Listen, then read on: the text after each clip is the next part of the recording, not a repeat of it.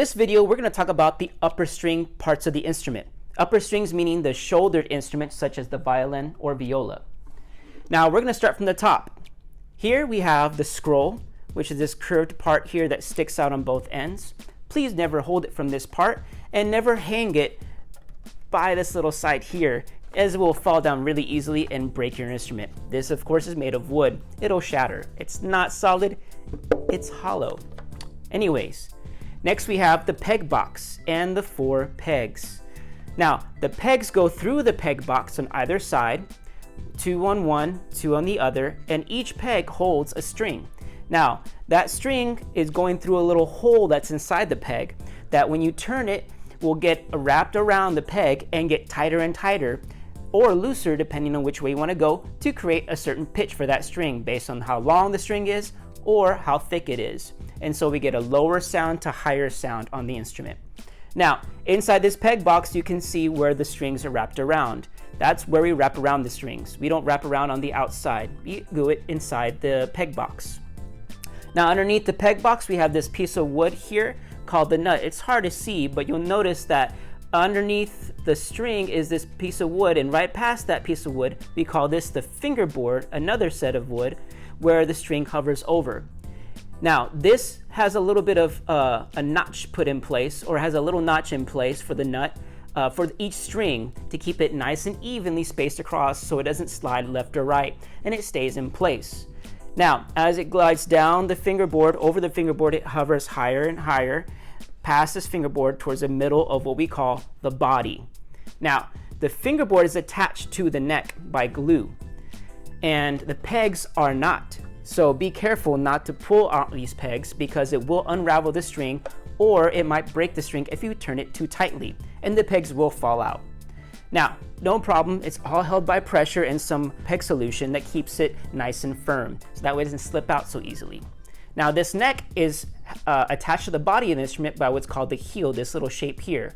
This heel is where we place our hand when we're playing in guitar position to hold the instrument, or when we play in shifting patterns and we don't want to go too far, hence where our hand lands. This is mostly for the violin and viola, but cellos and bass do use this when they go in higher positions.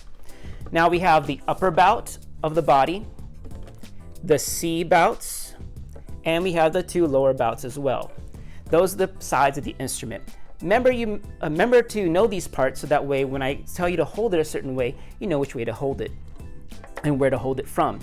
Inside the body we have 2 F holes, where inside you can see on either side of the F hole, depending on how it's built, usually the one on the left, it has the details for the violin or viola, cello or bass, based on who built it, manufacturer, a specific individual, what year it was built, the serial number, and other identification parts for the instrument. Now on the opposite side you'll notice that there's a dowel. This little dowel is actually underneath this string here, but it's not attached to it, it's just held in by pressure. It's called the sound post. This is what helps distribute the sound within the hollow body of the instrument and to make the sound come out the F holes.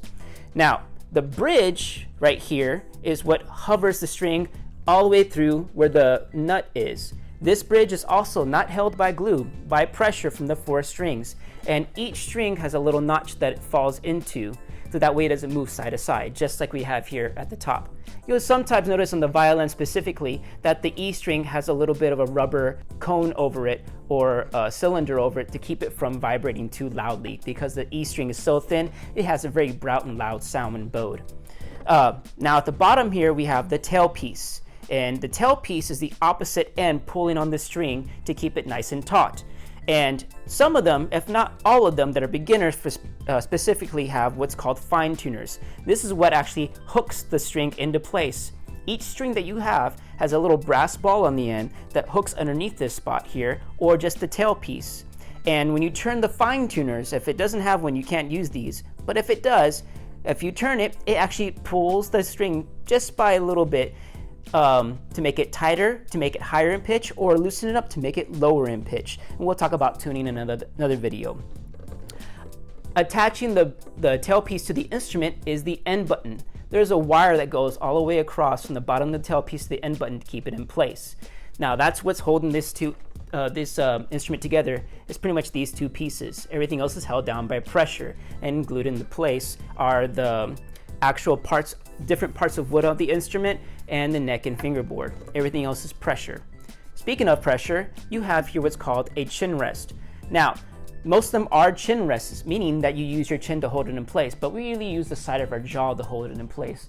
And that's what goes over the side of the instrument on your left shoulder. And you notice it's usually going to be on the left side of the lower bout. Again, remember those words. Now, the shoulder rest is held in by these two bars here that are screwed into place for the chin rest. Did I say shoulder rest? Chin rest.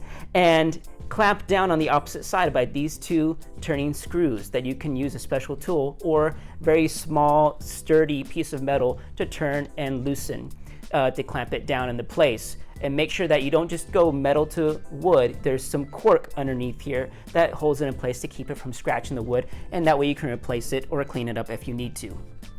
Then of course you have the back of the instrument, and usually this is where at the bottom, or not usually, this is actually where you put the shoulder rest in the bottom. And we'll talk about the shoulder rest here in the next video.